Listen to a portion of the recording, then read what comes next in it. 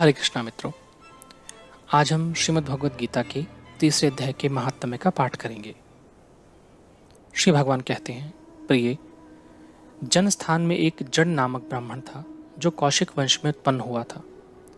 उसने अपना जातीय धर्म छोड़कर बनिए की वृत्ति में मन लगाया। उसे पराई स्त्रियों के साथ व्यभिचार करने का व्यसन पड़ गया था। वह सदा जुआ खेलता, शराब पीता और शिकार खेलकर जीवों की हिंसा किया करता था। इसी प्रकार उसका समय बीतता था। धन नष्ट हो जाने पर वह व्यापार के लिए बहुत दूर उत्तर दिशा में चला गया।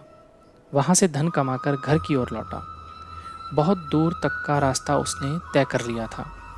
एक दिन सूर्यास्त हो जाने पर जब दसों दिशाओं में अंधकार फैल गया, तब एक वृक्ष के नीचे उसे लुटेरों ने धर दबाया और शीघ्र ही उसके प्राण ले लिए। उसके धर्म का लोप हो गया था, इसलिए वह बड़ा भयानक प्रेत हुआ। उसका पुत्र बड़ा धर्मात्मा और वेदों का विद्वान था। उसने अब तक पिता के लौट आने की राह देखी। जब वे नहीं आए, तब उनका पता लगाने के लिए वह स्वयं भी घर छोड़कर चल दिया।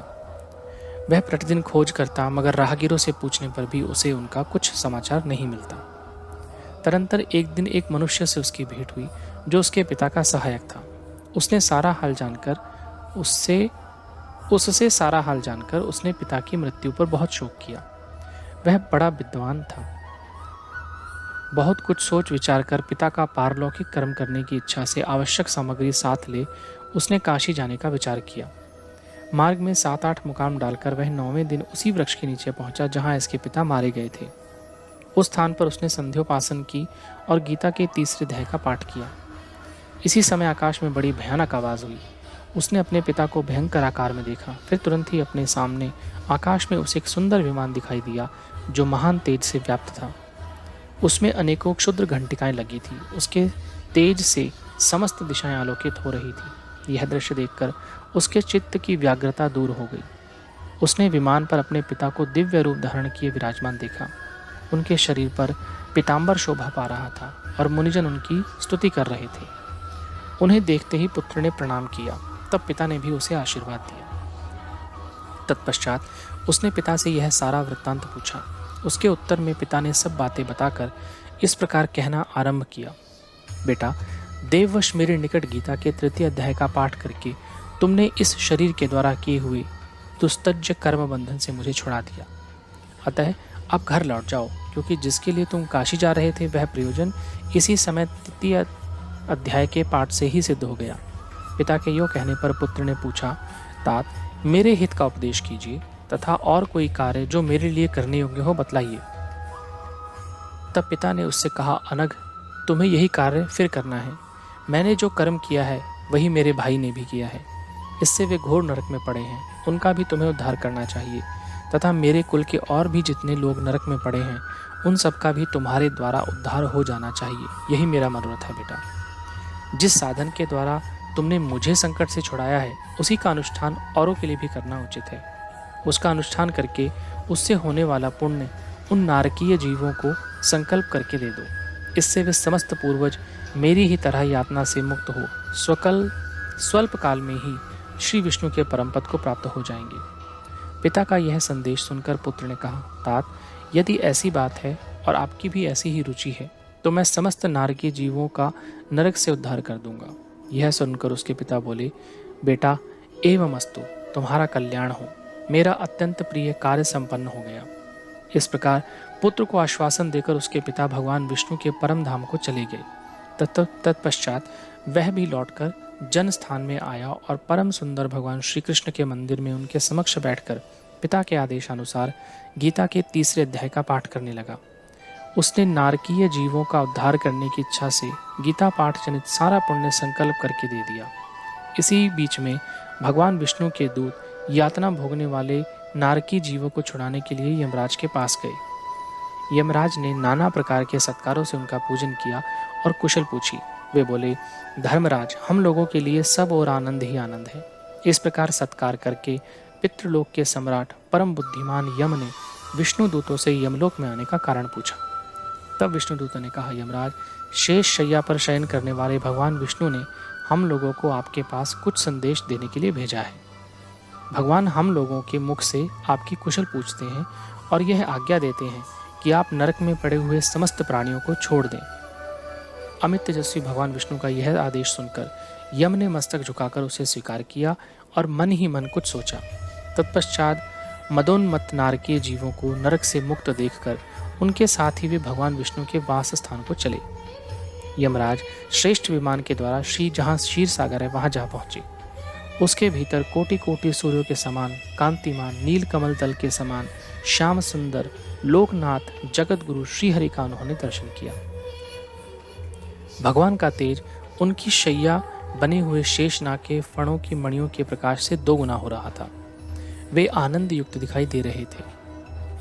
उनका हृदय प्रसन्नता से परिपूर्ण था। भगवती लक्ष्मी अपने सरल चितवन से प्रेम पूर्वक उन्हें बार बार निहार रही थी। चारों ओर योगी जन भगवान की सेवा में खड़े थे।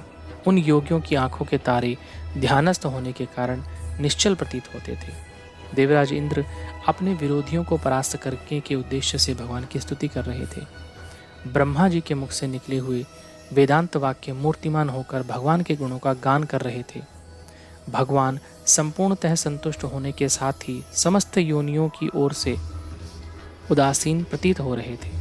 जीवों में से उन्होंने योग साधन के द्वारा अधिक संचय पुण्य किया था, उन सबको एक ही साथ वे कृपा दृष्टि से निहार रहे थे। भगवान अपने स्वरूप भूत अखिल चराचर जगत को आनंदपूर्ण दृष्टि से आमोदित कर रहे थे। शेषनाग की शैया शेषनाग से प्रभा से उद्भासित एवं सर्वत्र व्यापक दिव्य विग्रह धारण किए नील कमल के सदृश श्याम वर्ण वाले श्री हरि ऐसे जान पड़ते थे मानो चांदनी से घिरा हुआ आकाश सुशोभित हो रहा हो। इस प्रकार भगवान की झांकी करके यमराज अपनी विशाल बुद्धि के द्वारा उनकी स्तुति करने लगे। यमराज बोले, संपूर्ण जगत का निर्माण करने वाले परमेश्वर, आपका अंतःकरण अत्यंत निर्मल है। आपके मुख से ही वेदों का प्रादुर्भाव हुआ है। आप ही विश्व स्वरूप और इसके विधायक ब्रह्मा हैं। आपको नमस्कार है। अपने बल और वेग के कारण जो अत्यंत दुर्धर्ष प्रतीत होते हैं, ऐसे दानवेंद्रों का अभिमान चूर्ण करने वाले भगवान विष्णु को नमस्कार है। पालन के समय सत्वमय शरीर धारण करने वाले, विश्व के आधारभूत सर्वव्यापी श्री हरि को नमस्कार है। समस्त देहधारियों की पातक राशि को दूर करने वाले परमात्मा को प्रणाम है। जिनके ललाटवर्ती नेत्र के तनिक सा खुलने पर भी आग की लपटें निकलने लगती हैं, उन रुद्र रूपधारी आप परमेश्वर को नमस्कार है। आप संपूर्ण विश्व के गुरु, आत्मा और महेश्वर हैं। अतः समस्त वैष्णव जनों को संकट से मुक्त करके उन पर अनुग्रह करते हैं। आप माया से विस्तार को प्राप्त हुए अखिल विश्व में व्याप्त होकर भी कभी माया अथवा उससे उत्पन्न होने वाले गुणों से मोहित नहीं होते। माया तथा माया गुणों के बीच में स्थित होने पर भी आप पर उनमें से किसी का भी प्रभाव नहीं पड़ता। आपकी महिमा का अंत नहीं है, क्योंकि आप असीम हैं। फिर आप वाणी के विषय कैसे हो सकते हैं? अतः मेरा मौन रहना ही उचित है। इस प्रकार स्तुति करके यमराज ने हाथ जोड़कर कहा, जगत गुरु, आपके आदेश से इन जीवों को गुण रहित होने पर भी मैंने छोड़ दिया है। अब मेरे योग्य और जो कार्य हो उसे बताइएगा। उनके यो कहने पर भगवान मधुसूदन मेघ के समान गंभीर वाणी द्वारा मानो अमृत रस से सींचते हुए बोले, धर्मराज, तुम सबके प्रति समान भाव रखते हुए लोगों का पाप से उद्धार कर रहे हो। तुम पर देहधारियों का भार रखकर मैं निश्चिंत हूँ। अतः तुम अपना काम करो और अपने लोक लौट जाओ। यो कहकर भगवान अंतर्धान हो गए। यमराज भी अपनी पुरी को लौट आए। तब वह ब्राह्मण अपनी जाति के और समस्त नारकीय जीवों को नरक से उद्धार करके स्वयं भी श्रेष्ठ विमान द्वारा भगवान श्री विष्णु के धाम को चला गया। हरे कृष्ण।